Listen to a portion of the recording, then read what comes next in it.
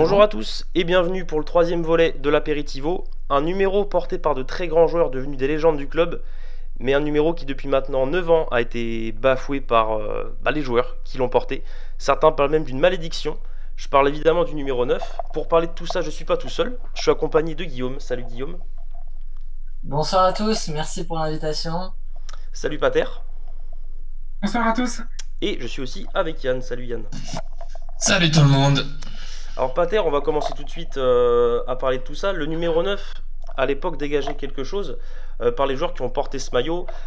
Avant Pato, il y en a eu. Est-ce que tu peux nous dire justement lesquels ont porté ce numéro 9 et si tu peux nous parler voilà, de deux, trois petits mots sur eux. Des numéros 9 au Milan-C, il y en a eu beaucoup. Je vais juste en citer on va dire les plus importants, ceux qui m'ont personnellement plus marqué d'un point de vue historique et d'un point de vue personnel. Je pense que l'un des premiers qui nous a vraiment marqué, ça va être Nordal, du célèbre trio Grenoli, qui a détenu un record en Serie A pendant plus de 50-60 ans avec les 34 buts inscrits en Serie A. On a dû attendre que Higuain avec le Napoli arrive pour lui battre ce record-là.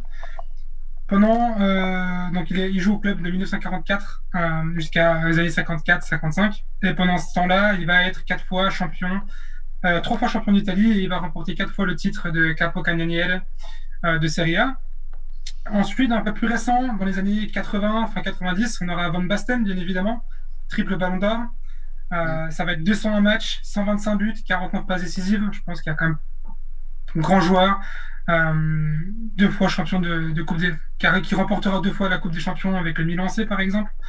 On aura, pour le petit côté French touch, on aura également Jean-Pierre Papin, qui arrive après avoir remporté le Ballon d'Or, et qui va pas avoir une grande expérience avec le Milan C, qui sera surtout cantonné sur un banc de remplaçants ou de super sub, mais ce sera quand même 63 présences pour 31 buts.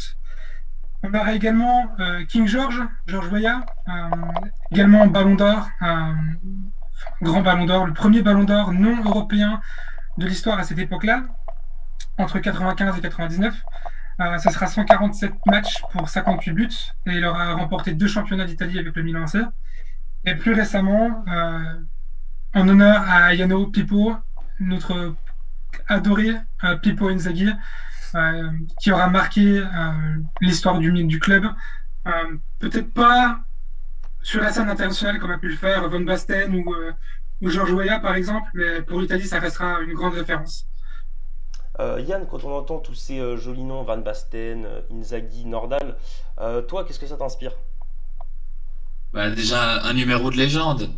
Comme l'a dit Pater, on commence très fort. Un des premiers numéros 9 qui marque l'histoire du club, c'est Gunnar Nordal, qui est encore aujourd'hui notre meilleur buteur, le Suédois. 221 réalisations en 257 matchs. Je fais des petites recherches aujourd'hui. Pater nous a déjà présenté les plus grands. Moi, j'ai deux trois petites spécialités. J'ai José Altafini dans les débuts des années 60, qu'on connaissait mieux sous le surnom de Mazzol, qui était aussi un grand numéro 9. D'ailleurs, pour la petite anecdote, ce joueur, le 27 mai 1960, c'est le seul dans un derby de la Madonnina qui va réussir à mettre un quadruplé. Et lors de cette saison, il va le faire contre l'Inter, donc durant le derby, et il va le refaire quelques mois plus tard face à la Juventus lors d'une victoire 5-1 où c'est Gianni Rivera qui va venir marquer le 5e but milanais. Et c'est justement c'était une période dorée avec José Altafini qui portait le 9, Gianni Rivera qui portait le 10. J'ai malheureusement pas eu la chance de pouvoir voir ces joueurs, mais c'était une période qui était vraiment dorée. C'était vraiment une super période milanaise. Ensuite, j'ai fait quelques recherches et je suis tombé sur quelques numéros 9 aussi assez étonnants dont je connaissais pas forcément l'existence. C'est dans les années 80 où on le sait, Milan est en galère financière, on a de gros problèmes financiers. C'est à la fin des années 80, 87, je crois, 86 que Berlusconi va racheter le club. Et là, lors de la saison 82-83 où Milan évolue en Série B, on a un joueur écossais qui va porter le numéro 9. On apprendra, enfin personnellement j'apprendrai son existence lors de la saison 2010-2011, un match face à Tottenham. Il était à Tottenham l'entraîneur assistant de Tottenham. Il s'agit de Joe Jordan. Je pense qu'on se souvient tous de cette image où Gattuso a failli arracher 5 fois la tête. Ce joueur, ce fameux Joe Jordan, l'Écossais, il a porté pendant 1 saison et demie, 2 saisons, lorsque Milan était en série B, le numéro 9. Comme Gattuso, je crois, l'avait dit lors d'une petite interview, on se souviendra plus de lui par ses dents qui étaient pas très droites et on le surnommait le requin pour l'occasion que pour ses buts et ses performances devant le but. Un autre Britannique qui a aussi marqué beaucoup les supporters de Milan, on en entend souvent parler, pourtant il faisait aussi partie de cette année, ce moment des années 80, c'est Mark Heckley. On se souvient d'un tifo de la Curva Sud, je crois que ça devait être un derby de la Madonnina, je me souviens plus exactement la date. Mais il met un but dans un derby où vraiment il s'envole complètement. C'est un grand attaquant, pas très mobile, mais très grand, vraiment le pilier de notre attaque, qui a aussi porté le 9 et qui met un but de la tête somptueux lors d'un derby. Et ça, c'est aussi resté beaucoup dans les mémoires de nos supporters rossoneri. Et puis juste pour finir, moi j'ai un petit dernier, celui qui a porté ce numéro 9 juste avant Inzaghi. C'est un joueur qui va marquer 3 buts lors de son aventure sous les couleurs rouge et noir en rossonero. C'est Gianni Comandini. Il a mis 3 buts, dont 2 lors du fameux derby du 11 mai 2001 et le fameux 6-0 face à l'Inter. Il va mettre 2 buts là, le 3e, je ne sais pas exactement quand. Et puis ça va s'arrêter là. Donc il va sortir vraiment la performance de sa vie avec le numéro 9 sur les épaules. Il va rester 1 saison chez nous. Sa performance de sa vie, il la sort lors de ce 11 mai 2001. 11 maggio 2001, comme le rappellent souvent nos tifosi à San Siro. Et puis ça va s'arrêter là pour lui. Et ensuite, Inzaghi, c'est le joueur qui m'a le plus marqué parce que c'est un des seuls joueurs que j'ai pu voir vraiment de mon vivant comme il faut jouer. Ses appels dans le dos de la défense, son doublé à Athènes. Son dernier but à Novara, ça montre simplement le grand attaquant, le monstre que c'était, quoi. Ok, merci beaucoup. On va passer du coup à la partie 2 qui est les protagonistes pendant la Banterera. Alors on a une palanquée de numéro 9 après Pato, 10 au total, pour être plus précis. Alors Guillaume, est-ce que tu peux nous les énumérer, s'il te plaît? Donc, après que Inzaghi nous laisse son numéro 9, c'est Pato qui hérite du numéro 9 de Inzaghi. Il avait tout d'abord le 7, mais il opte pour une demi-saison pour ce beau numéro 9. Puis vient ensuite Matri, Torres, Destro, Luis Adriano, Lapadula, André Silva, Higuaín, Piatek et Mandzukic actuellement qui a repris le flambeau d'un Piatek qui est resté finalement 6 mois avec. Donc voilà, on a 10 joueurs avec des noms un peu plus retentissants que d'autres, mais finalement aucun de ceux-là n'a marqué en tout cas l'histoire. C'est pour ça qu'on parle aujourd'hui de malédiction. Pour mettre un peu le contexte sur ces joueurs-là, parce que il y a différents contextes. Il y a des joueurs qui sont arrivés au top, des joueurs qui étaient très prometteurs, donc comme Pato qui est un joueur qui est promis à exploser. C'est une coqueluche des supporters, mais à un moment où il hérite du numéro 9, il est sur un vrai faux départ pour le PSG et il va quand même récupérer ce 9 et au final il va faire 4 matchs cette saison-là, il va mettre 0 but. Et puis il va partir. Donc Pato, voilà, ça a été le premier d'une longue série d'échecs en fait et de joueurs qui ne méritaient pas ce maillot. On a ensuite Matri qui arrive pour 11 millions d'euros, donc quand même avec voilà une projection de la part des dirigeants qui quand ils mettent un prix comme ça, ils veulent que ça fonctionne. Mais finalement Matri ne restera qu'une saison, marquera qu'un seul but. Puis ensuite on a Torres qui arrive en 2014-2015 pendant l'été aux côtés du même mercato. Il y aura Menez qui lui prendra le 7 et qui aura un peu plus de réussite sous nos couleurs.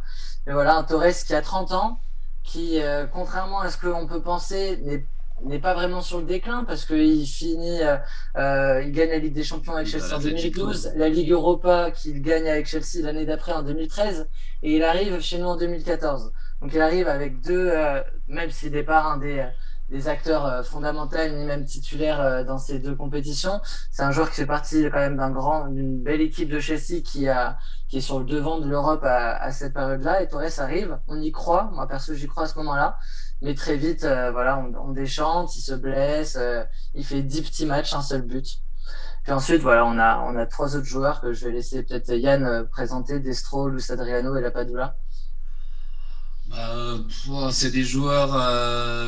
Personnellement, Destro, j'avais pas beaucoup d'attentes en lui. Une des choses que j'avais beaucoup apprécié, c'est que ce soit un attaquant italien qu'on nous avait annoncé. Je crois que c'était au temps où il était à la Roma, que ça allait devenir un bon joueur.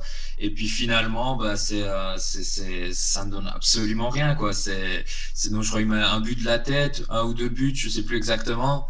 Donc rien du tout. Luis Adriano, beaucoup d'attentes en ce joueur. Il arrive en même temps que Bacca, si je me trompe pas, ouais. lors d'un mercato où Berlusconi tente un dernier coup, où il met une dernière fois la main au porte-monnaie. Je crois que c'est aussi Bertolacci qui arrive en même temps que ça. Bacca va prendre le numéro 70. 70 pour nos amis français, désolé. 70 et Luis Adriano va prendre le 9. Luis Adriano, il va faire deux trois bons matchs, quelques belles performances, mais petit à petit Bacca va clairement prendre le dessus et Luis Adriano va terminer sur le banc. Et qui était le dernier? C'était Lapadula. Ah, Lapadula. Alors Lapadula, c'est un joueur que j'ai un petit sentiment c'est vraiment un joueur que j'appréciais beaucoup de par sa grinta, de par son style de jeu. Hein. De nouveau, c'était un joueur, je me souviens de ses célébrations au milieu de San Siro quand il marquait le public c'était un des chouchous du public, je me souviens. Il était apprécié par les tifosi. Oui, il a laissé il a laissé un bon souvenir et puis je me souviens qu'il était justement il mouillait le maillot, il était et il nous a décanté quelques situations compliquées. Il fait aussi partie de l'équipe qui a gagné la Super Coupe d'Italie en 2016. Et c'est vrai que c'est un joueur que j'appréciais beaucoup. J'ai été un peu déçu du fait qu'on le lâche, je crois, à la fin de la saison, ou qu'on ne lui fasse plus confiance.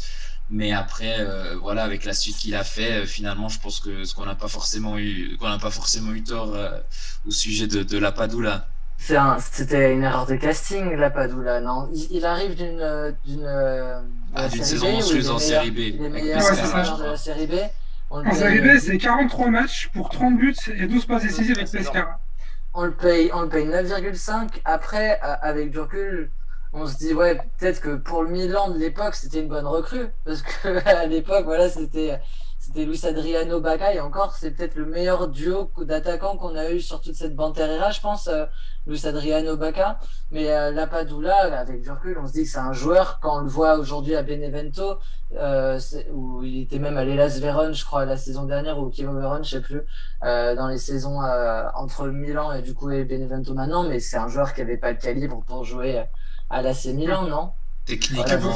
Voilà, beaucoup des joueurs qu'on a recrutés sur ces parties-là ne sont pas des joueurs qui auraient dû porter le maillot du club à un moment donné, en tout cas dans un grand Milan.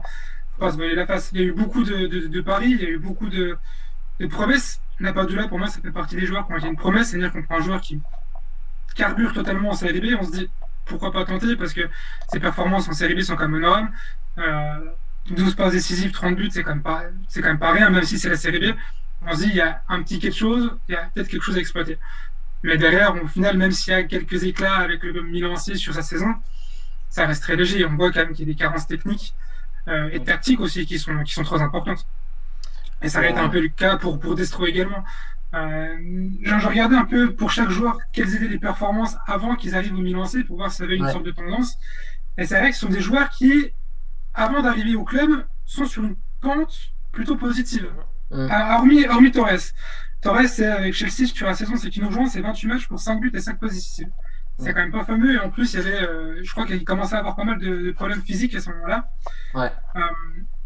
Mais c'est la période, c'est que t'en parlais, c'est que Berlusconi, il essaie un peu d'économiser de l'argent, parce qu'il a des problèmes économiques, il essaie de faire des économies à droite. Donc on va essayer de chercher des joueurs qui sont pas trop chers, à peu près, et qui peuvent essayer d'apporter quelque chose tout de suite. Mm. C'était le cas un peu de Destro. Destro, c'est avec la Roma, c'est pour 68 matchs, c'est 29 buts.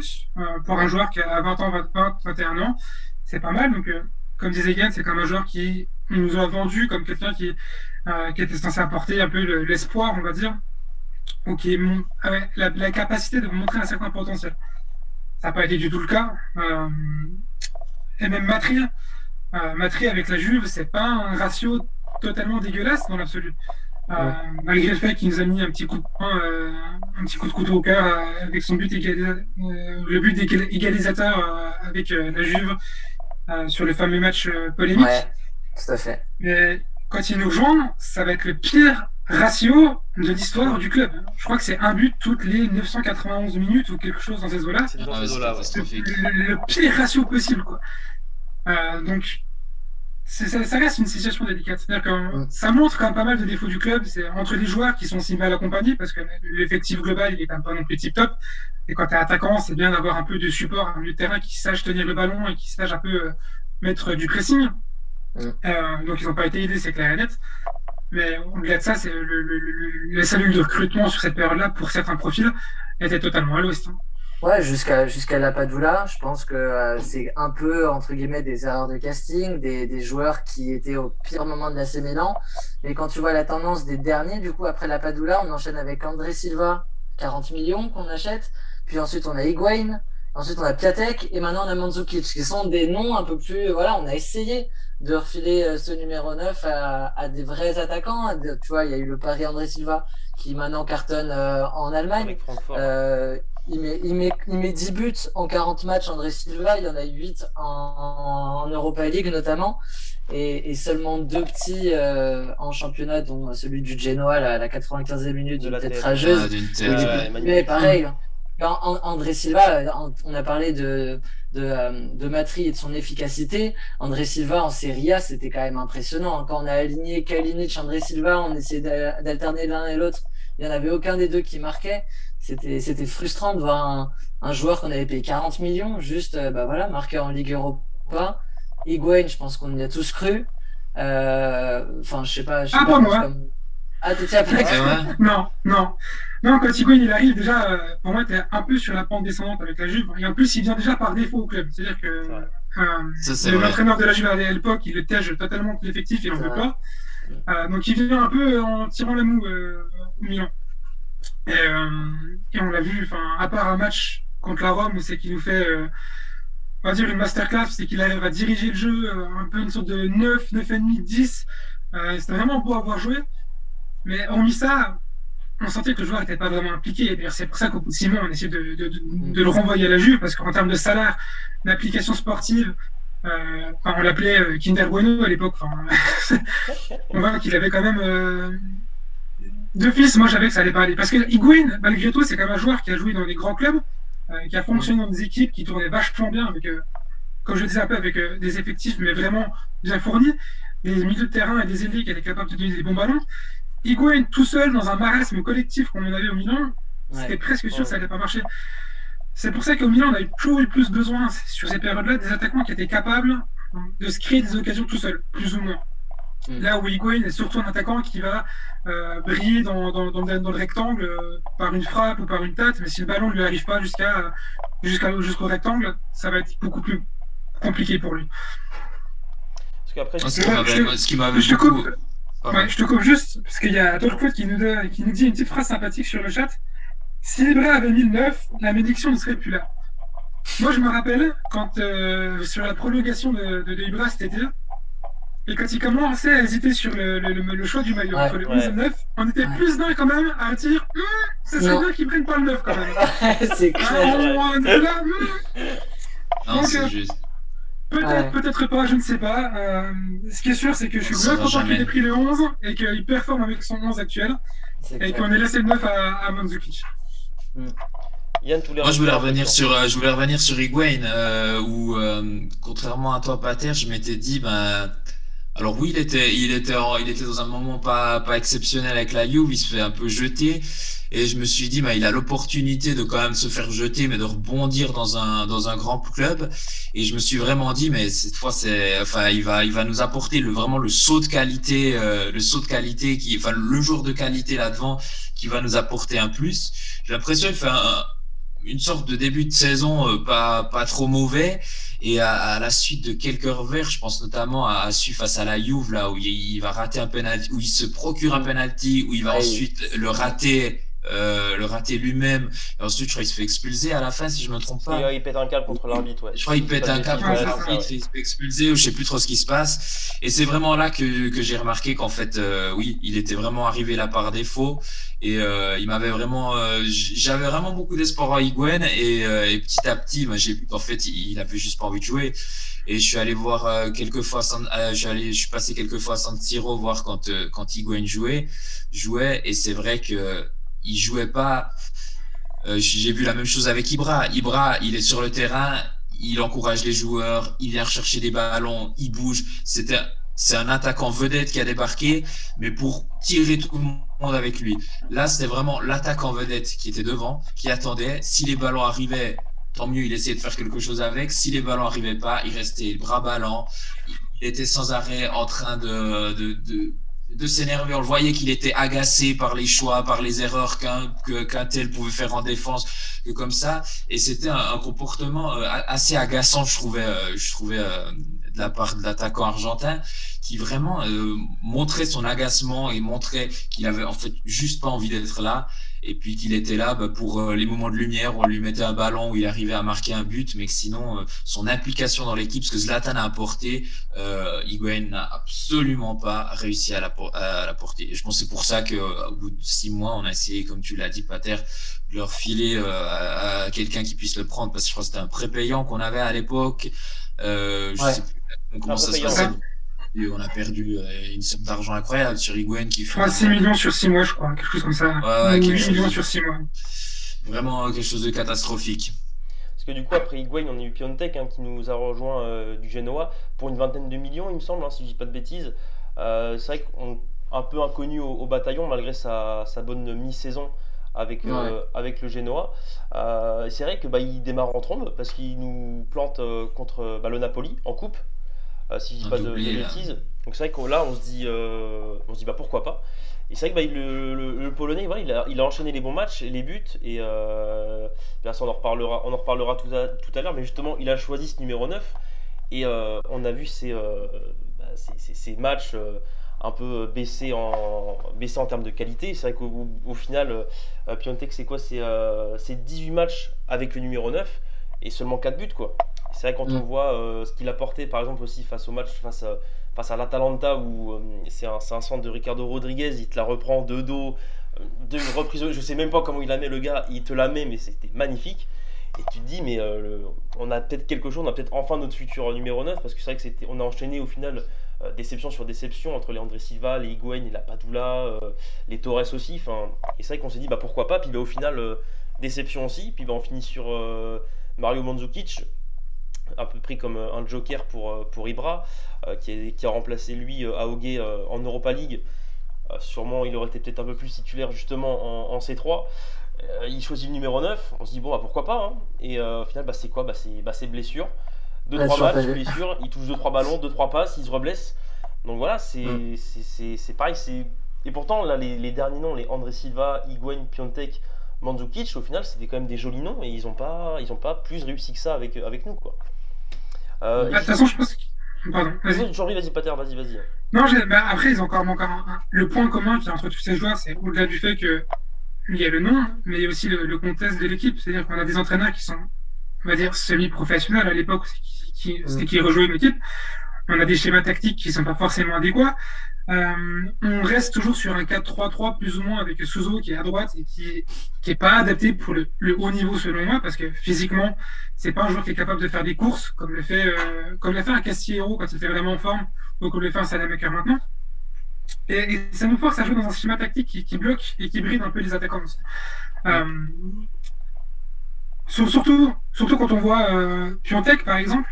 hormis du fait qu'il était clairement sur régime quand il est au Genoa et quand il nous rejoint, parce que plus le temps passe au Milan, au-delà du fait qu'il y a des problèmes avec la tactique, le joueur qui est vraiment là, qui est surtout techniquement très mauvais et qui est vraiment là pour mettre le but quand le ballon lui arrive dans les pieds, et encore, euh, il y a cet aspect que les joueurs sont souvent pris à eux-mêmes, on pense. Ils sont souvent seuls, très isolés, très perdus, peu d'accroches. Donc il y a plein de contextes, de circonstances atténuantes qui vont faire que ces attaquants-là ne vont pas réussir, malgré le fait que ce soit des bons noms, etc. Et pour revenir encore une fois à Piontek, que je le répète, était vraiment sur régime, au moment c'est qu'il arrive du Genoa, je crois qu'il avait un expected goal de 1 tir, 1 but. C'est exceptionnel. Ouais, je crois qu'il y a très peu de... Ouais.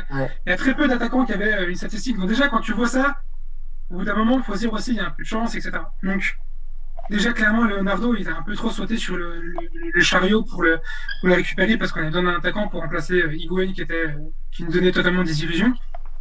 Et en plus, on voyait bien qu'au fur et à mesure du temps, ses performances étaient de plus en plus catastrophiques. À Milan, il fait 22 buts avec le numéro 19 sur la deuxième partie de saison. Il plante 22 buts en 6 mois. C'est monstrueux, je trouve, quand même. Mais moi, je me rappelle surtout des derniers matchs, que c'est très, très, très poussif. Mais encore une fois, c'est un contexte de l'équipe, c'est que l'équipe est fatiguée. Même Gattuso, il commence un peu à lâcher l'équipe parce que physiquement, on n'en peut plus, il est stressé. Il y a tout ça qui a joué. Mais au final, on voyait quand même sur les 4-5 derniers matchs qu'il y avait. On voyait, je trouve, que vraiment le vrai niveau du joueur qu'on retrouve maintenant actuellement, c'est qu'il galère. On l'envoie à Hertha Berlin, il fait rien. D'ailleurs, petite piqûre de rappel pour le joueur qui vient de sortir une déclaration il y a 2-3 jours qui disait qu'il est parti du Milan parce qu'il y avait Ibrahimovic qui arrive et qu'il savait qu'il n'allait pas jouer. Ouais. J'ai presque envie de dire, garçon, ouais.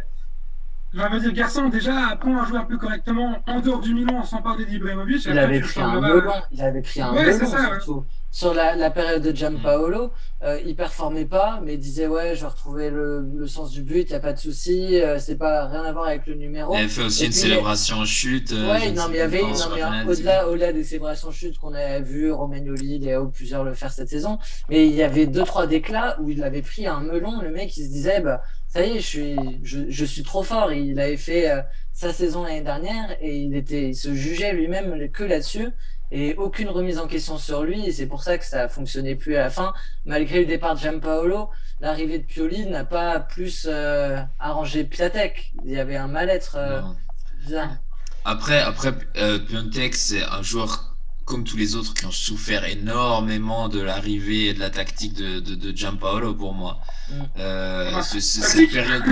Cette période, ouais, alors cette tactique, je la cherche encore, mais c'était pour moi c'est un joueur qui a été bridé aussi et qui a été tué pour moi comme plusieurs. Moi, il y a Suso aussi, c'est un joueur que j'apprécie énormément. Il a complètement été mangé par cette tactique. On essaie de le replacer. Il y a des Akan, il y a des caissiers qui étaient totalement à côté de leur pompe aussi avec Giampaolo. Donc je pense que aussi il a aussi beaucoup souffert de cette histoire avec Giampaolo et c'est un joueur qui derrière ses grands airs, ses regards ténébreux, ses célébrations agressives avec des pistolets, je crois que c'était un joueur qui était assez faible psychologiquement, dans le sens où 1-2 matchs il va pas te mettre de but, il passe à côté de 2-3 choses et vite j'ai l'impression dans ses déclarations, dans sa façon d'être sur le terrain aussi, vite on le voyait dans son langage corporel, je trouvais qu'il était pas forcément sûr de lui et que quand tout va bien, quand il met 22 buts comme la première partie de saison, bah c'est magnifique, tout va bien, tout roule. Mais dès le moment où tout à coup ça vient plus comme avant, on lui donne le numéro 9, il a des responsabilités, ça marche toujours pas. Je le trouvais aussi dans les efforts qu'il faisait sur le terrain, de moins en moins concerné par tout ce que faisait l'équipe et puis voilà quoi. Mais je pense qu'il a aussi vraiment beaucoup souffert de la tactique giampaolienne. Parce que Roland, on a beaucoup parlé de Higuaín et Piontek, justement. Guillaume, est-ce que c'est les joueurs qui t'ont le plus déçu? Higuaín, c'est sûr, parce que sur la fin, tu sentais qu'il est, comme l'a dit Pater, c'est qu'il voulait pas être là et il a tout de suite voulu partir à Chelsea parce que, il avait aucune attache pour le club. C'est quelqu'un qui s'est vite retrouvé. Au début, il y a eu ce truc de, bon, j'arrive, je veux être le patron de ce Milan-là. Tu vois, il arrive avec Caldara et tout. Il y a cette envie de bien faire au début. Mais le tournant, c'est ce match face à la Juve où il se fait vraiment maltraiter par ses anciens coéquipiers. Et puis ouais, il y a une réaction d'orgueil, je pense, quand tu vois, il perd le fil du match face à un entraîneur qui voulait plus de lui. Enfin, il envoie chez tout le monde et le Milan avec par la même occasion ce soir-là. Et du coup, bah, ça marque vraiment une rupture. Et après, le reste, il était là, mais il était déjà ailleurs. Et il pensait juste à partir au plus vite de ce Milan-là qui allait lui apporter une saison bien compliquée, comme un peu Bonucci. Bonucci, il a eu le mérite d'essayer aussi, mais derrière, après, voilà, il était quand même moins bon que la Juve. C'est là où tu voyais aussi à quel point ça change aussi d'avoir un collectif autour d'un joueur et que c'était pas forcément autour de Musacchio et de Romagnoli, même que Romagnoli était meilleur que lui. Mais voilà, enfin, Higuaín, je sais pas si je suis déçu. Piatek, oui, parce qu'il y a eu un engouement. Moi, voilà, j'étais poum poum poum Piatek à 200 pour les matchs. Non, mais voilà, il y avait ce truc-là. Il a eu un chant très vite et puis il a conquis les cœurs de l'année. Dès sa signature, il y a une photo de lui avec une serviette de l'AC Milan à la plage quand il a 10 ans. Donc il déclare sa flamme au Milan. On se dit, ah ouais, c'est cool. Puis on se dit, il y a les premières questions l'hiver, on se dit, ouais, mais voilà, il est un peu en sur-régime, c'est le Genoa. Est-ce qu'avec nous, ça va marcher? Et ça marche. Il y a une ferveur et je trouve que Coutron, Piatek, Gattuso, bah, ça faisait longtemps que j'avais pas vu autant d'amour, tu vois, pour le club. Piatek qui fait lever la courva, Coutron qui embrasse quasiment à chaque fois le maillot.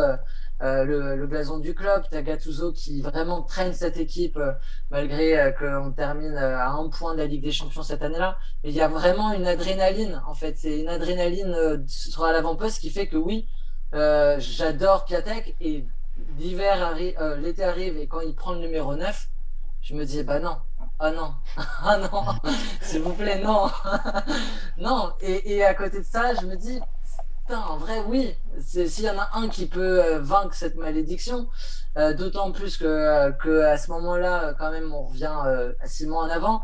Il veut le numéro 9. Maldini lui refuse le 9 en disant que maintenant ça se mérite. Il opte pour le 19 et 6 mois après, il reveut le numéro 9 et Maldini cède à son caprice. Et au final, bah voilà, pas les épaules pour.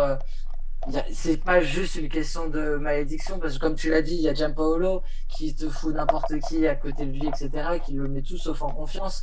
Mais oui, enfin, il y a des regrets énormes sur Piatek, pour moi. C'est le joueur pour qui j'ai le plus de regrets. Pour toi, Yann, est-ce on était en droit ou est-ce qu'on se devait d'avoir des attentes particulières sur certains joueurs quand tu vois des Higuaín qui à mon sens est un très très bon attaquant, un très grand attaquant, c'était l'un des meilleurs avec le Napoli et avec la Juve aussi. Est-ce que voilà un joueur comme ça ou un autre joueur, est-ce qu'on se devait d'avoir des attentes particulières? Oui, alors moi déjà, de ces joueurs, par exemple Higuaín. Typiquement, Higuaín, moi je m'attendais à un leader, à quelqu'un qui puisse, aux côtés de Coutronnet, lui apporter l'expérience, lui expliquer, lui apprendre, parce que Higuaín, on va pas se mentir, c'est quand même un grand attaquant, hein. Il a le record de buts en Serie A, il va à la Juve, il est quand même pas mauvais, il a une finale de Coupe du Monde dans les jambes, il vient du Real Madrid où il était quand même très très fort aussi. Donc moi j'attendais déjà l'impact sur l'équipe au niveau psychologique d'un grand frère, et déjà là j'ai été très très déçu. Et ensuite, techniquement, si je dois peut-être revenir sur un joueur déjà il y a la Padula, je vous en ai parlé tout à l'heure, il fait une saison monstrueuse en Série B, je crois qu'il y avait la Juve aussi dessus. Ouais. Donc à l'époque, quand je voyais dans la galère où on était, et que je voyais qu'on était sur un des mêmes joueurs que la Juve, je me disais, ah, c'est peut-être bon signe, c'est peut-être que. Puis finalement pas, la Padula s'est avéré beaucoup trop juste techniquement, hein, on l'a dit tout à l'heure. Pour moi, il avait les capacités d'un finisseur, mais après techniquement c'était très très très léger. Mais moi c'est André Silva. André Silva, j'avais beaucoup d'attentes en ce joueur. Il met quelques buts pour son jeune âge. Il est dos au but, je crois que c'est en Europa League, je ne sais plus contre qui. Il est dos au but, il fait un contrôle. Il arrive à se défaire du marquage, à la mettre au petit filet. On voit qu'il y a quelque chose chez ce garçon. Et puis, je sais pas, manque de continuité, on lui donne pas la confiance nécessaire aussi, j'ai l'impression. J'ai l'impression, ouais, qu'on lui donne pas la confiance nécessaire. Avec André Silva, surtout ce qui ressortait dans le niveau de l'ambiance du groupe, c'était un joueur qui avait du beaucoup de mal à s'adapter au championnat italien et au groupe à ce moment-là aussi, hein. Et ça joue énormément parce que, un peu comme Paquetá les dernières années, si tu as beaucoup de mal à t'intégrer à un groupe, ça va être beaucoup plus Ouais, difficile c'est pour vrai. lui de se développer sur le terrain. Ça pour moi, c'est quelque chose de très intéressant dans le foot parce qu'on a souvent tendance à juger en tant que supporter, en tant que ça, mais il faut se dire que c'est des humains et bah clairement, il y a des endroits tu te sens pas à l'aise de par l'ambiance qu'il y a dans la ville, de par la langue qui est parlée, de par peut-être la nourriture, il y a plein de petits facteurs comme ça qui jouent un rôle et puis bah André Silva, bah c'est vrai que je pense qu'il y a dû avoir quelque chose parce que maintenant on le voit à l'Eintracht Francfort, c'est quand même loin d'être mauvais. Mais puis moi, bah, quand je le voyais jouer avec le Portugal, comme ça, je le trouvais aussi très très fort. Donc c'est un joueur qui m'a déçu et j'avais beaucoup d'attentes en ce joueur. Et après, bah, Higuain, c'est clair. Et Piontek, bah, la même chose que Guillaume, hein. J'étais aussi tout fou. J'ai pas acheté son maillot parce que en général, quand j'achète le maillot d'un joueur, c'est juste après qu'il capote complètement. T'as acheté un Là, maillot en ou pas cette année, l'occurrence, Yann? j'ai acheté Tonali cette année. Ah putain. Oh non! Je suis Non! désolé. Oh non! Mais non! Mais espérons, non, n'espère pas. Mais Piontek, j'avais pourtant pas acheté son maillot, mais ouais, cette deuxième partie de saison, enfin cette deuxième saison par contre. Ouais, non, il arrive à l'hiver et ensuite Ouais. la saison où il prend le numéro 9, bah, Ah, c'est 6 mois. C'est 6 mois en c'était fait. 6 mois Avec Alien. exceptionnels sur un petit nuage. Et puis bah voilà, les 6 mois suivants, se sont avérés les 6 mois de trop. Et puis bah immense désillusion de nouveau. Mais c'est vrai que pour juste revenir un petit peu là, à André Silva, c'est vrai que c'est quand même un peu un mystère, si on peut dire ça comme ça, parce que c'est vrai qu'en Europa League, autant il plantait, mais il faisait vraiment, Ouais. des très très bons matchs, mais alors autant en Serie A, bah, il passait à côté. Alors est-ce que c'était, Pater, dis-moi ce que t'en penses, est-ce que c'était vraiment le fait qu'en Italie ce soit vraiment tactique, plus que à des clubs, je dis une bêtise comme des clubs croates ou ukrainiens, je sais pas, mais c'est vrai qu'en Europa League on le sentait plus à l'aise, plus libéré, mais alors autant en Serie A on le sentait complètement limite perdu quoi. Déjà, je vais revenir un peu. Pourquoi André Silva, pour moi, c'est une grosse désillusion. Parce que c'est un joueur, quand même, qui ressort d'une grosse saison avec Porto, juste avant. Ouais. Mm. C'est Après, le prix 44 est matchs, trop 21 buts, élevé. 8 assists, Mm. inclus surtout des grosses performances en Ligue des Champions. L'année d'avant, c'est qu'on recrute. En 8 matchs, c'est 4 buts et 2 passes décisives. Donc c'est quand même pas mal du tout pour un garçon qui Mm. a, je crois qu'on le recrute à 21 ans maximum, il me 21 semble. ans, je 21 ans crois. de recrue, Ouais, je c'est crois. ça. Ouais. Donc, c'est un joueur qui a performé un peu, et qui a démontré un certain potentiel sur la Ligue européenne, dans son championnat, qui est quand même un championnat qui est assez révélateur de grosses promesses ou de gros joueurs en général. C'est quand même un gros vivier, le Portugal. Oui. On a de l'autre côté Ronaldo qui clame haut et fort que André Silva, c'est un joueur, c'est l'avenir du Portugal. Donc on est là, on le recrute, on avait du monde dessus, il me semble qu'il y avait quand même 2-3 autres top clubs européens, dont Mm. Atlético Madrid à cette époque-là. Mm. Donc il y a de l'attente, parce que il y a un peu de hype, il y a un joueur qui performe, qui a déjà fait un peu ses preuves en Europe. Donc on se dit pourquoi pas, ça peut fonctionner. Mais en plus, quand on regarde un peu ses vidéos, c'est pas seulement un joueur qui a besoin qu'on lui mette le ballon dans le rectangle pour qu'il marque. C'est un joueur qui est bon des pieds, des deux pieds en plus, qui a une certaine technique, qui s'est provoqué. Il est beaucoup plus complet des profils qu'on avait recrutés à l'époque, comme Battery, Destro Mm. ou même Luis Adriano par exemple. Donc ouais, il y a clairement une attente. Et puis en plus, quand on claque 40 millions sur un joueur, Ouais. il y a quand même des attentes. Donc ça, Est-ce que ça le dessert pas de mettre Si, 40 justement. millions sur Je pense lui que la dans ce pression est trop bilan? haute. Pression, ouais. Ouais. Dans ce bilan-là, parce que quand tu vois des sommes comme Joao Félix, c'est quasiment 120 millions, je sais plus combien c'est Joao Félix à l'Atlético. 120 millions. Mais c'est Ouais. dans 120 ce millions, là 120 millions. Mais il arrive à l'Atlético dans une équipe qui joue à Ligue des Champions, qui marche bien avec un système bien huilé. Il y a pas quand à André Silva t'achètes un joueur à 40 millions, tu le mets dans ce Milan-là. Bah, c'est pas lui faire un cadeau que d'assumer. T'as déjà une dizaine d'attaquants avant toi qui ont floppé. T'as un stade de 80 000 supporters qui t'attendent au tournant. T'as 20 ans, t'arrives dans un Milan qui est plus rien depuis 8 ans.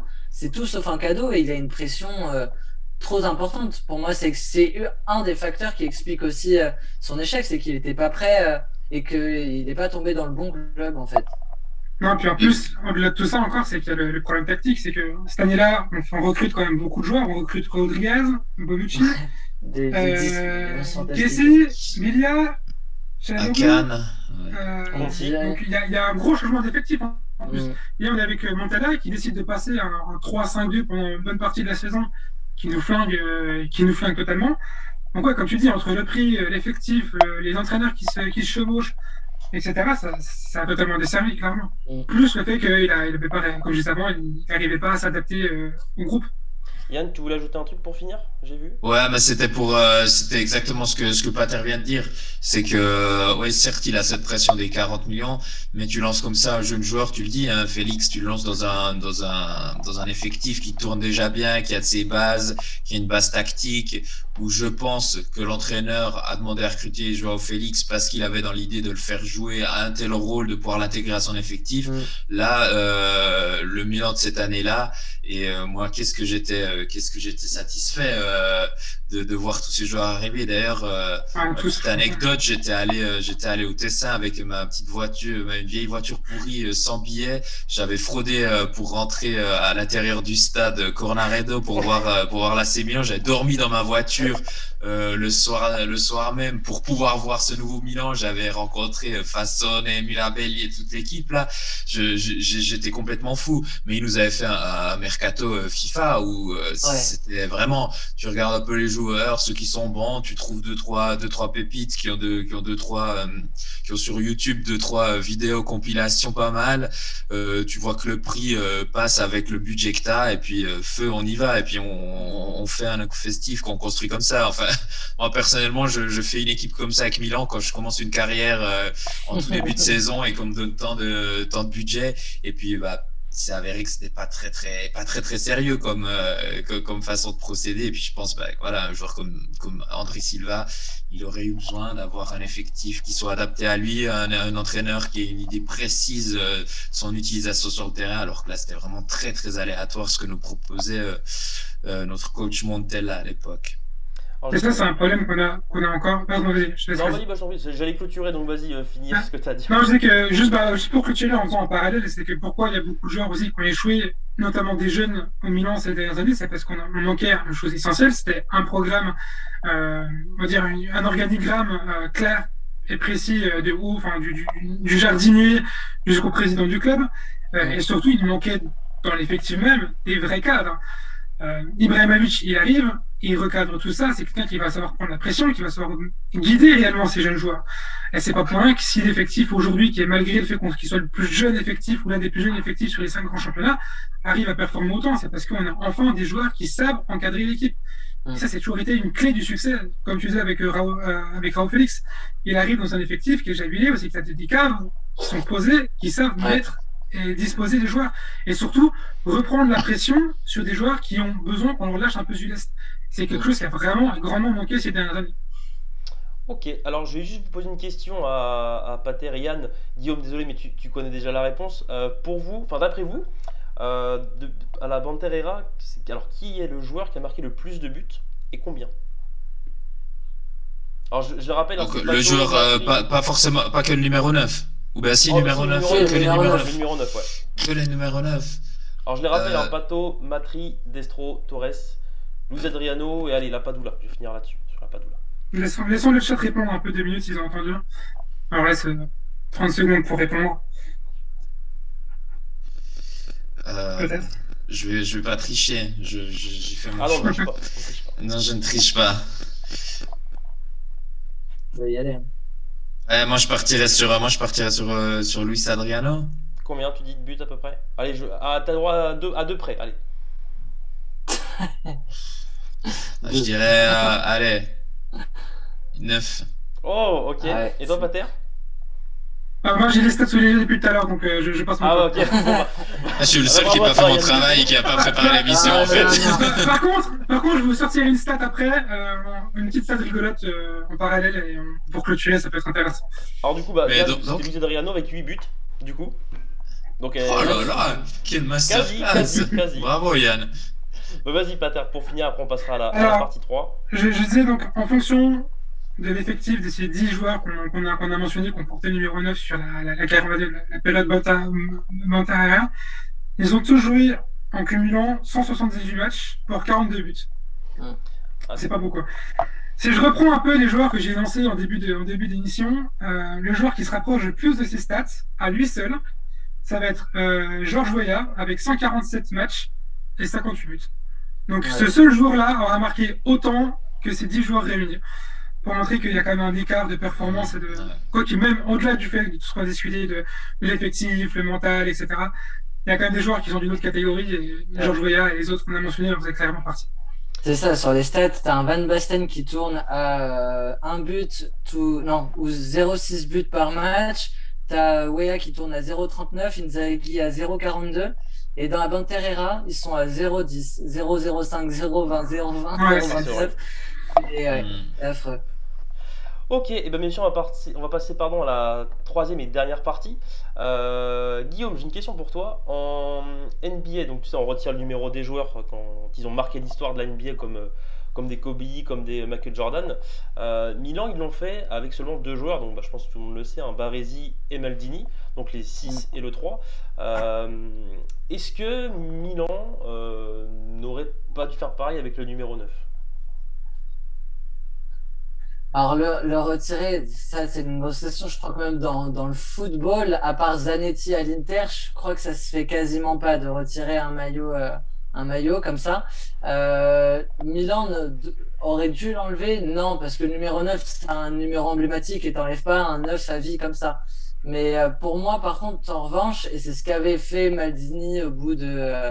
ou je sais plus, c'était Leonardo au bout de 10 ans, de 8 ans à galérer avec que des échecs, c'était de dire stop, on le donne à celui qui va le mériter vraiment. Donc le retirer, dire bah non, on le retire en l'honneur de Van Basten ou en l'honneur de Inzaghi ou en l'honneur de tous les grands attaquants, parce que plus aucun attaquant à Milan ne pourra porter ce maillot, je pense que c'est pas une bonne idée, parce que du coup ça veut dire que tu n'as vraiment pas des ondes positives pour l'avenir du club. Mais en revanche, je pense que on devrait, parce que je parle encore au présent, parce que même Mandzukic, c'est pas un cadeau de lui donner, mais on devrait attendre qu'un joueur au fil des saisons, voilà, que par exemple, ça aurait été le cas avec Piatek, mais Piatek il fait 1, 2, 3 bonnes saisons, il s'inscrit dans le club sur la durée, là on décide de réattribuer ce numéro 9. Moi, je pense que c'est ça, en fait, là, si on peut parler de solution. Mais je pense que la politique à avoir autour de ce maillot, et c'est ce qu'avait tenté de faire Leonardo et Maldini à l'arrivée de Piatek, c'est le 9 à Milan, ça veut dire Weah, ça veut dire Van Basten, ça veut dire Ballon d'Or, ça veut dire légende. Voilà, il y a eu des Matri, il y a eu des Destro. Maintenant, il faut le mériter, ce maillot. Il faut le mériter et prouve d'abord sur la durée que tu es bon à Milan et que tu es l'attaquant du Milan. Et ensuite, on te le donnera et on sera fier de pouvoir te le donner comme une récompense, quoi. T'es d'accord avec ça, toi, Yann, dans le sens où est-ce qu'il faudrait que, avant de porter justement ce numéro 9, est-ce que le joueur en lui-même qui voudrait ce numéro-là, il faudrait qu'il le prouve avant? Oui, non, mais clairement, c'est un joueur qui a marqué, c'est un numéro qui a marqué notre histoire. Après, c'est difficile parce que j'ai l'impression qu'on se fait vraiment un immense film autour de ce numéro Non, mais 9 c'est un fardeau à l'heure et que actuelle. finalement, oui, à l'heure actuelle, c'est vraiment un fardeau. Après, oui, clairement, pour moi, un numéro 9 comme ça, faudrait le mériter. Après, quand tu arrives en tant que Mandzukic, quand tu arrives en tant que Zlatan, je sais pas vraiment, enfin, c'est si vraiment un jeune joueur comme là, dans le cas de Piontek. En plus, tu le dis, hein, Guillaume, Leonardo dit ouais, on va arrêter maintenant, on va le donner à un joueur qui mérite. Et au bout de 6 mois de Piontek, poum poum, on lui pose le numéro 9 sur les épaules. Pour moi, c'est pas ça mériter le numéro 9, ça doit être des performances des performances sur la durée, sur le long terme, et des jeunes joueurs comme Piontek, arriver et leur donner le 9, je pense qu'il faudrait peut-être peut-être les faire passer par d'autres numéros. Après, on parlait de retirer le numéro. Moi, je suis pas forcément pour ce genre de choses. Et après, on parle de Maldini et de Baresi qui ont vraiment eu un impact. Je crois on s'en rend compte un petit peu nous comme ça de loin, mais quand tu vas à San Siro, que que tu vas avec la curva ou comme ça, les drapeaux Baresi, le groupe de supporters Baresi, le groupe de supporters Maldini, c'est quelque chose de puissant. On entend encore parler de Maldini et de Baresi dans les travées de San Siro encore aujourd'hui. Donc c'est vraiment un impact qu'avaient ces deux joueurs et que je comprends qu'on leur retire ce numéro. Après, avec le numéro 9, pour moi, on ne retire pas le numéro 9 d'un club comme Milan. C'est un numéro qui est trop important. Rien que sur le point du marketing, de toute façon, à l'heure actuelle, retirer le numéro 9, c'est pas possible. Et après, je reviens à ce que tu disais, qu'on ait retiré le 3 et le numéro 6, c'est l'honneur ultime qu'un club peut faire à des joueurs qui ont marqué l'histoire du club, et pas seulement en termes de résultats, en termes de ballon d'or ou en termes simplement sur l'aspect sportif. Ça va au-delà de ça. Ouais, donc pour retirer le 9, je veux dire, si tu ne retires pas le 9 quand Van Basten, triple ballon d'or, se retire et prend sa retraite au club, jamais tu retires le numéro 9 derrière, c'est pas possible. Ouais, et pourtant, derrière, il y a eu des grands joueurs, même qui ont mérité de le porter.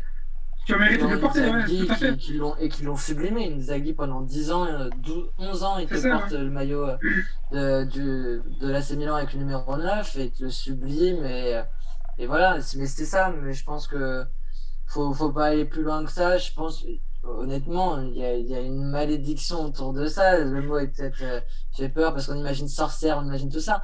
Mais Pato, Matri, Torres, Destro, alors certes, faut voir le contexte, que ça s'applique à une période qui est très sombre pour l'AC Milan, mais il y a quand même eu des échecs. On s'est dit, bah là c'est la faute du maillot, parce que Piatek, Higuaín, André Silva, Torres, c'est des personnes qui, moi j'aurais espéré qu'ils marquent ne serait-ce un peu plus que 10 buts, quoi. On parle pas de... on parle de 10 attaquants là qui n'ont pas passé les 10 buts à l'AC Milan en 11 ans quand même, c'est fou.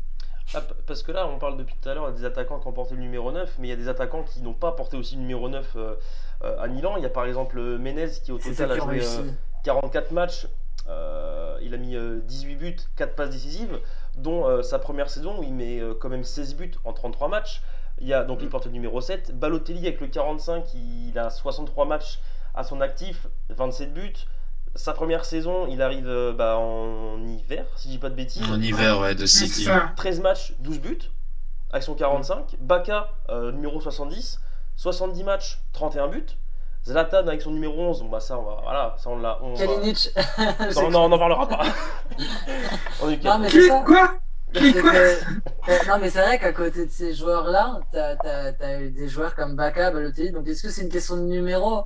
Je sais pas, mais t'as Torres et Menez qui arrivent le même mercato. Bah, moi, à ce moment-là, je mets plus une pièce sur Torres qui a besoin de se relancer et qui n'a que 30 ans, hein, Torres. Quand il arrive à Milan, il est sur l'année de sa 29, enfin, il a même 29-30 ans. Donc, il n'est pas à la fin de sa carrière. Il lui reste encore 5 années à jouer. Moi, je le vois réussir à Milan, en tout cas, je l'espère. Et au final, c'est Menez qui nous fait la saison de l'attaquant. Balotelli, c'est pareil. Baka, c'est pareil. Alors qu'il arrive avec un Luis Adriano qu'on paye lui 14 millions parce qu'il a mis un quadruplé avec le Shakhtar Donetsk en Ligue des Champions. Mais voilà, c'est des joueurs qui, eux, n'ont pas eu ce fardeau et qui pourtant ont pu jouer débridés. Je pense même plus récemment Rebic, Léo. Rebic, je pense que tu lui mets le numéro 9, il finit comme Kalinic, hein, ça se trouve. Parce que c'est vrai que là, il y a quand même un joueur qui a plus de talent que l'autre, quand même. Il y a quand même un qui a des pieds plus habiles que d'autres. Hein. C'est de la petite expertise, mais bon. Parce que c'est vrai, quand on voit là, je parlais de Menez, Balotelli et Baka, c'est vrai qu'ils ont fait une meilleure saison que André Silva, Higuaín ou encore Piontek, et pourtant, c'était quand même beaucoup moins bien entouré. Quand on regardait l'équipe à l'époque, là où justement avec Menez, je crois qu'on finit 10ème, si je dis pas de bêtises. Ouais. Avec Balotelli, Baka, pareil, on flirte avec ces places-là. Et je crois même avec Baka, alors dites-moi si je dis une bêtise, mais je crois qu'avec Baka, on finit même en deuxième partie de tableau, je crois. Baka, c'est la saison où on gagne la Super Coupe, je crois, par contre. C'est cette saison-là avec Montella, non? Oui. C'est ce maillot-là, il me semble. Ouais. Moi, je me souviens avec les maillots, mais il me semble que c'est ce maillot-là. Mais oui, c'est des saisons qui sont dégueu. Hein. De toute façon, c'est des saisons entre la 7ème et la 12e place. Hein. Ouais, le Baka, c'est 20 victoires, 9 nuls et 12 défaites. Donc c'était pas lui, il a un bilan pas mal. Ouais. Donc alors très rapidement, parce que là je vois l'heure qui tourne, il y a bientôt la Ligue des Champions pour ceux qui veulent regarder. Très Objectif. rapidement, en quelques mots, messieurs, on va commencer par toi, Pater. Malédiction ou pas? Moi, je suis pas très superstitieux. Je dirais que c'est plus un concours de circonstances très dommageable pour ces joueurs-là. Je pense qu'il y a tout un contexte, une histoire derrière qui fait que ces joueurs n'ont pas performé. Je pense que le jour, c'est qu'on recrute vraiment, vas-y, par exemple, un Haaland ou un Kylian Mbappé, qu'on leur met 9 sur les épaules, ça va performer direct. Imaginez, on met Euh, le 9 à Haaland, il se plante chez nous. Ce serait quand même bon, Mais là, à ce moment-là, je pense que j'ai commencé à poser des chefs à l'église. t'étais quand même bien content que Ibra prenne le 11, hein. Ouais, j'étais bien content. Mais après, parce qu'encore une fois, Ibra, il y a quand même des doutes. Quand il vient en club, il y a quand même des doutes. Hormis son niveau, c'est quand même la tenue physique. On voit que même cette année, physiquement, il a du mal. Il aura passé plus de temps à l'infirmerie que sur le terrain, au final. Donc, c'est ces petits détails-là qui font que mieux vaut ne pas tenter le diable, on va dire. Hmm. Mais pour moi, clairement pas une malédiction. Je pense plus à un concours de circonstances. Guillaume plus malédiction pour toi, j'ai l'impression. Ouais. On Enfin, sent de la ouais, moi, superstition chez Guillaume. voilà, il y a un peu plus de superstition à partir du moment où moi j'étais dans cet état d'esprit comme Pater, qu'un concours de circonstances avec les pires années de Milan et Matri, Destro, Lapadula, etc. Je ne voyais pas réussir. Le coup de Piatek qui change du 19 au 9 et sa saison elle passe de 22 buts à 4 buts. Ouais, pour moi, il y a un côté malédiction, surtout que c'est pas propre à proprement parler que pour Milan. Je sais que Manchester United a le même problème avec le numéro 7 Mhm. depuis le départ de Cristiano Ronaldo. Enfin, c'est drôle parce que quand j'ai fait mes recherches un peu, j'ai trouvé des articles qui parlaient de Milan en évoquant tout d'abord que Manchester avait le même problème avec ce numéro 7 qui a été tourné à droite à gauche, mais sans pour autant qu'il soit synonyme de succès. Moi, je pense que, ouais, enfin, moi, je suis comme Pater. J'espère que le prochain très grand attaquant qui aura déjà performé sur la scène européenne, on lui donnera. Quelqu'un qui est au top de sa forme, qui n'a pas 32, 33 ans, qui n'a pas, voilà, comme Mandzukic ou Higuain, une carrière derrière lui, entre guillemets. Quelqu'un qui est au sommet de sa forme, qui est dans son bon prime, bah, qu'on lui mette. Et lui, si jamais il est chaud, bah, faudra penser à le retirer définitivement et jouer avec un attaquant numéro 10 et puis basta, ou numéro 7. Mais bon. Et pour toi, Yann, t'en penses quoi? Non, pour moi, je suis pas terre, la superstition. Alors, c'est clair qu'avec l'alignement, là, c'est vrai que ça fait combien de joueurs? 5 6 joueurs, là, qui se plantent avec ce numéro. 10. Après, 10. comme on le dit, Les 10 salopards voilà, de Tarantino. exact. Non, mais c'est tout ce qui va avec qui perturbe ça. Et je suis persuadé que si tu mets un numéro 9, un attaquant qui arrive en confiance, maintenant qu'on a plus ou moins, pour moi, je le dis depuis le début de la saison, je me répéterai qu'on a un système autour duquel on gravite. C'est pour la première fois, moi, en ce moment, où je vois un Milan, où on a une vraie base de jeu et qu'on construit petit à petit, étape par étape, autour de cette base solide. Et je me dis que si tu mets un attaquant en jambe, là, malheureusement, à Mandzukic, on l'a pris, on s'est dit qu'on allait tenter un deuxième coup à la Ibra. J'ai l'impression que ça porte un peu moins ses fruits. Enfin, ça porte beaucoup moins ses fruits. On espère qu'il se réveille quand même d'ici début de d'ici la fin de la saison, pardon. Mais non, pour moi, il n'y a pas de malédiction. Tu mets un jour en jambe, un jour en forme, et il va performer, qu'il ait le 99, le 9 ou peu importe quel numéro. Et bah moi je vais rejoindre Guillaume. Pour moi c'est plus malédiction. De un, c'est très simple, je suis très superstitieux de base. Donc non puis c'est Parce vrai. qu'à même si, Non puis c'est vrai que pour rejoindre, c'est vrai que je suis complètement d'accord avec Guillaume. C'est vrai que Piontek il sort une saison de malade avec son numéro 19. Il te passe en numéro 9 et pardon mais c'était très très très compliqué pour rester poli. Et c'est vrai quand tu vois des joueurs comme des André Silva voilà, qui ont performé avec Porto et sur la scène européenne qui ont extrêmement de mal en prenant le numéro 9. T'as Higuain qui prend son numéro 9 et à mon sens c'est un attaquant pour moi de classe mondiale et au final tu vois il se perd avec ce numéro là. Voilà, moi pareil, par contre je suis comme Pater, je suis bien content qu'Ibra n'a pas pris le numéro 9 parce que honnêtement j'aurais sué à grosses gouttes. Donc voilà, et ben messieurs, l'émission touche à sa fin. Merci beaucoup d'avoir participé. Merci à tous. Merci à merci toi, à vous. Adrien. Merci à vous tous.